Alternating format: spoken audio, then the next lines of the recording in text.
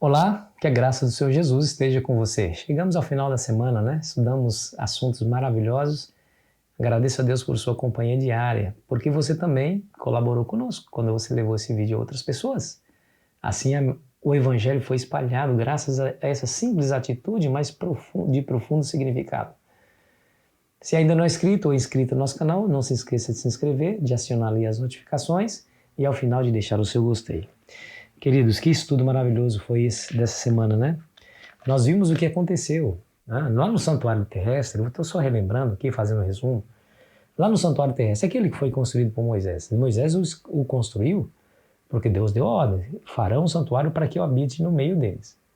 Mas como ele ia fazer esse santuário? Deus deu um modelo. Olha, Moisés, olha aqui o modelo. Aí Deus mostrou para ele o santuário celestial, perfeito, original. Faz uma cópia aí, Moisés. Aí Deus deu toda a instrução, ele fez uma cópia daquele santuário celestial. Porque o santuário, na verdade, é um invólucro, é um prédio, é um local que abriga o que é mais importante, que é o ministério. O que se fazia no santuário? A intercessão sacerdotal em prol de um pecador arrependido, que trazia a sua oferta. O centro do santuário está no oferecimento do sangue da oferta e a intercessão do sacerdote. Somente depois que o pecador trazia o sangue da oferta e recebia a intercessão do sacerdote, que ele saía perdoado e com a consciência tranquila. Se assim ele não fizesse, ele estaria como um pecador, seria extirpado no meio do povo. E, obviamente, seria julgado pelo próprio Deus. Aquilo, claro, era um ministério, que apontava para um ministério excelente, melhor, maior, mais significativo, que é o ministério de Cristo. Os sacerdotes daquele tempo ofereciam continuamente, diariamente, os mesmos sacrifícios. Aí o apóstolo Paulo vai dizer que o sangue de bodes e bezerros não remove pecado. Por isso que tinha que ser oferecido várias vezes. Por isso tinha que ser vários sacerdotes, porque eles eram impedidos de continuar pela morte, então tinha que ter vários sacerdotes fazendo. Diferente de Cristo, que ele é eterno. Então ele é sumo sacerdote, ele é perfeito, e o seu sacrifício não precisa ser repetido, porque ele morreu uma vez por todas, porque é suficiente para nos perdoar e nos purificar do pecado. Aí ele fala assim, ele é nosso precursor, que entrou no santuário, no santo dos santos, obtendo para nós a eterna redenção. Ele vive para interceder por nós. Por isso ele diz, entremos confiadamente junto ao trono da graça. Por quê? Pelo sangue de Cristo. Se eu estou em Cristo, eu não preciso ficar com medo, receoso, mas se eu estiver fora de Cristo, aí eu preciso temer mesmo. Porque não há condição de um pecador culpado, comprovadamente culpado, sair ileso de um julgamento cujo o juiz conhece todas as coisas. Todas as coisas estão nuas e patentes aos olhos daquele que tudo vê. Isso quer dizer que ele ouviu cada palavra, ele leu cada pensamento, ele viu cada ação pecaminosa. Então, quando o pecador está sem intercessor, ele vai ter que se auto-justificar. Como não tem como, a punição será certa. Mas Cristo morreu para pagar a penalidade, ou seja, o salário do pecado é a morte, então eu morro no lugar dele. Então, quando eu vou a Cristo e aceito Ele como meu Senhor e meu Salvador e aceito a oferta de sacrifício, é claro, Ele me dá os benefícios da sua vida imaculada, creditando na minha conta os seus méritos. E aí eu saio ileso desse juízo, ou seja, sou absolvido por causa de Cristo. Ele apresenta diante do Pai os benefícios do seu sacrifício expiatório. Coisa linda, né? Ou seja, com Cristo tudo, mas sem Cristo nada. Sem Cristo não há como me salvar. Com Cristo não há como me perder. Simples assim. Essa é a grande boa notícia. A boa notícia do juízo. O título dessa lição é Luz do Santuário. Quando eu vou para o santuário, eu me sinto feliz e alegre, porque o Senhor Jesus não desistiu de mim. Ellen White aqui na lição de sexta-feira fala assim, Jesus não justifica os pecados deles, mas apresenta seu arrependimento e fé e, reclamando o perdão para eles, ergue as mãos feridas perante o Pai e os santos anjos, dizendo, eu os conheço pelo nome, gravei-os na palma de minhas mãos. Olha que coisa linda.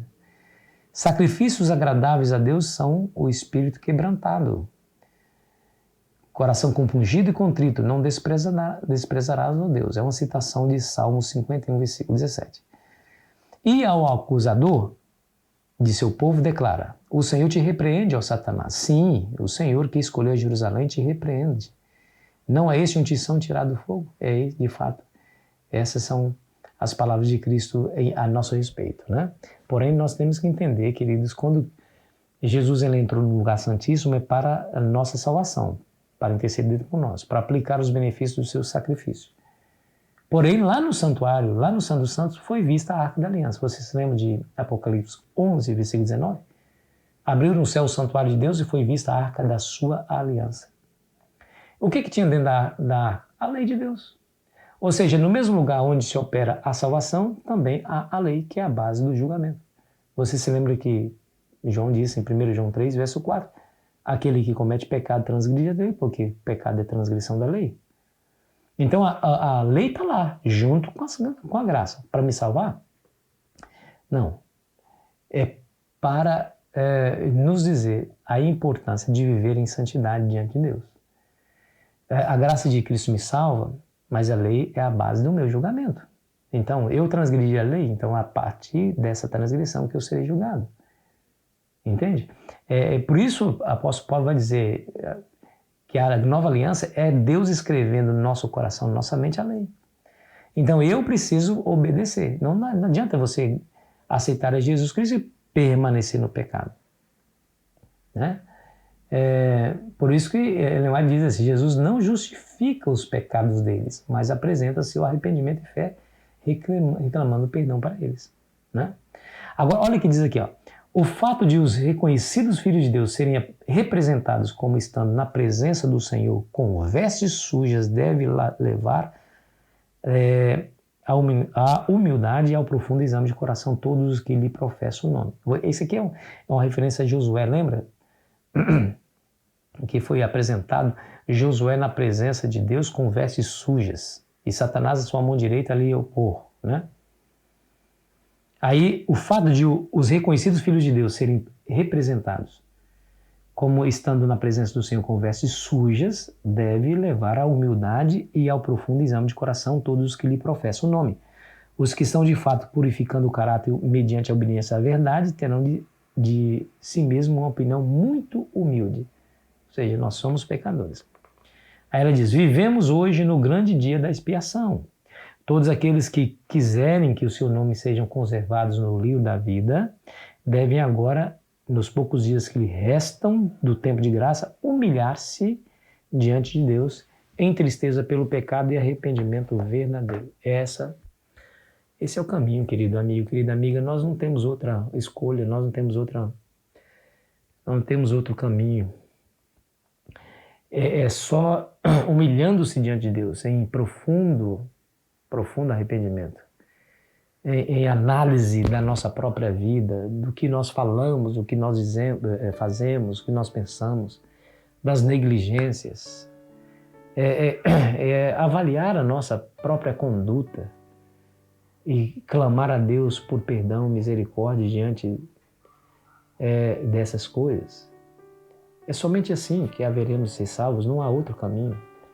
Ou eu e você confiemos em Jesus e corramos até Ele para receber dele o benefício da salvação, ou estaremos perdidos no mundo como qualquer pecador comum.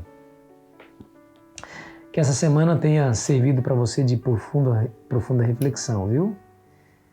Não precisa temer, não precisa recear o juízo, se você estiver em Cristo. Corra para Ele hoje mais uma vez. Vamos orar? Querido Jesus, é só em Ti que nós confiamos mais uma vez, colocamos a nossa vida nas Tuas mãos. Somos pobres, desamparados, pecadores, não somos dignos da Sua graça, mas por Sua bondade e misericórdia recebemos o perdão, recebemos a oferta de perdão, recebemos a oferta do sacrifício, aceitamos o pagamento que Cristo ofereceu por nós. Salva-nos pelo Seu sangue, Cristo Jesus, hoje e sempre, mais uma vez, em nome de Jesus, amém. Foi muito bom estar com você, querido amigo, querida amiga. Amanhã começaremos uma nova jornada, o fundamento do governo de Deus.